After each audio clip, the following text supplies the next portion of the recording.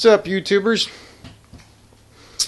Coming at you right now with the whole update on, yes, this is the amprack that I've been working on. You guys have seen some of the videos leading up to this. This is its first base coat. This is not the finished product. I still have to do one more touch-up coat over it to make sure that all the stuff that I'd screwed up and everything will look good. And but it will be show quality when I'm done. But I just wanted to show you guys now that I finally got the amp fan holes cut out. As you can see that I am using really good high quality construction MDF. It is really nice. This is going to be a solid amp rack compared to ones I've had before. The plexi, now I got this clamped down. I'm just waiting for the drill to charge up there. As you can see, I don't know if you can see it or not, but yeah, there's the cord. It's on the charge right now, and what I'm doing is I'm waiting for the charge up now because I had to do these two holes. But now what I'm going to do is give me a second and I will show you guys. I'm going to be using the threaded inserts here, as you can see, the Hillman threaded insert. I am using the brass threaded. They don't have to be steel because I'm just installing this piece of clear plexi. That is the laminate. It is not blue. But what I will do is when I get ready I will drill holes, and I'll probably do some recessed in the top, you know, so when I put the screws in, let me show you guys. And the screws, they actually come with the nuts at Lowe's, so I just bought a bag for extras. And wait for the camera to focus. And there we are. Okay, now you see the screws here have got that little tapered head, so I'm going to do a little bit of a recess on the top of the plexi, because that's 1/8 inch plexi. And what I'm going to do with that is make it so where these nice little tapered heads here will set flush into the plexi and look all nice and pretty and whatnot.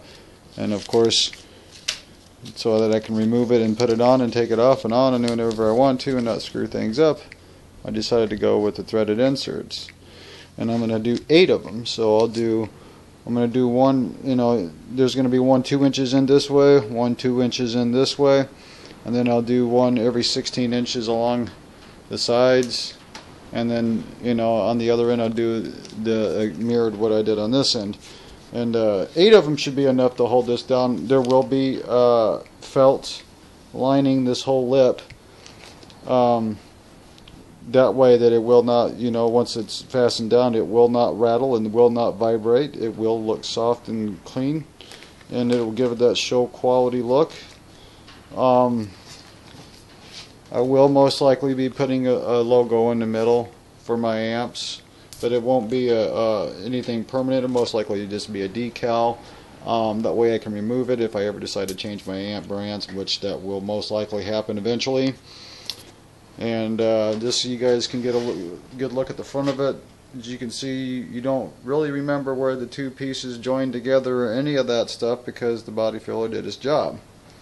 And as you can tell, this amp rack is actually made of more than one piece. It's several pieces together, but as you can see, I have feet, and I had to put some spacers on the bottom of the other set over there. I didn't realize it until after I built the amp rack feet on there that one floor pan sets a little bit higher up on one side than it does on the other. The passenger side sets a little bit, it has a little bit deeper setting in the floor in order to keep the levelness. So I went ahead and got that side over there as the passenger, and this is the front.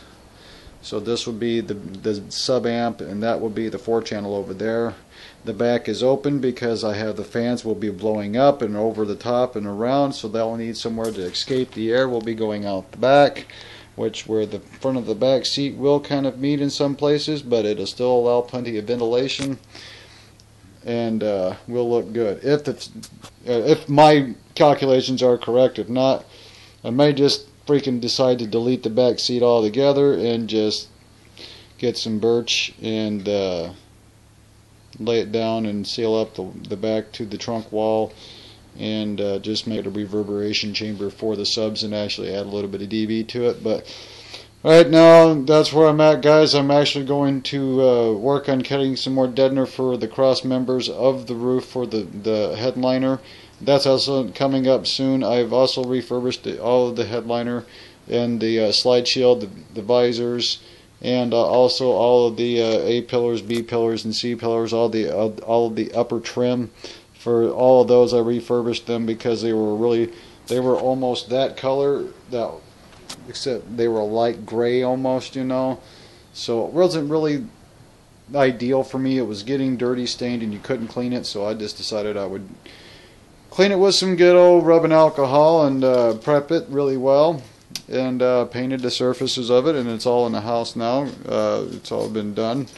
Mostly there's a few things that might need to be touched up, but for now I'm working on this, guys, and trying to get the building into motion. It's taken me a lot longer than I thought because of what I wanted to do. I decided since I was going to have the whole car apart, I might as well do everything at one time, not have to go back and redo the headliner or anything like that after I'm done, because I needed to do new deadener in the headliner because the GT mat that I put in there, that was asphalt based and it didn't hold up too well. So my recommendations is, just like I was noticing, EXO also noticed, don't buy the cheap stuff. If you can, go with something. The Q mat from SoundCubed is the best that I've come across for the money, and it's right up there with the Second Skin and all them guys. So it's a butyl deadener. It's a lot better. I suggest a heat gun and a good roller and cleaning the hell out of your surfaces and whatnot. But guys, I won't go on too much longer about prepping surfaces and whatnot. But right now, you know, and deadener is another thing I could go on for months, you know, about what deadeners I've tried that don't work and what ones I do. The GT mat is not bad. Fat mat is about the same as GT mat. I wouldn't.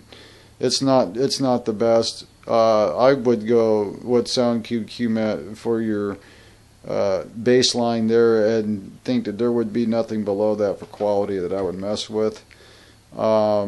You know, the Second Skin is good. You know, it's expensive. You know, you got all them other top brands up there. You know, so I would just suggest, you know, hell, Dynamat. I know it's expensive, but Dynamat is about the SoundCubed Q-Mat quality, so I would suggest that as well. I don't know about what new concepts deadener is like or any of that, because I don't know. I've never tried Sky Highs or any of that. I'm sure it's good stuff, what people have been saying.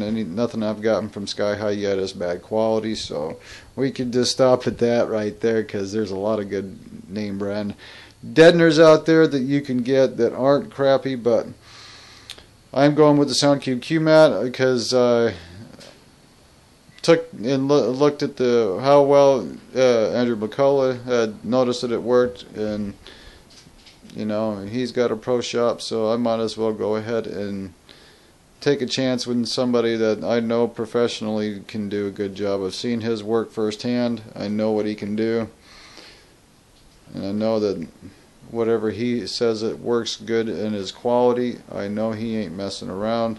So that's what I went by, guys. Another few things is that I will be coming up. I know that I've been going on, man, and I know it's hard to get videos up for me, guys, but I'm shooting them, I'm getting them up. It may be a little bit after I get things done, but they're coming up, guys.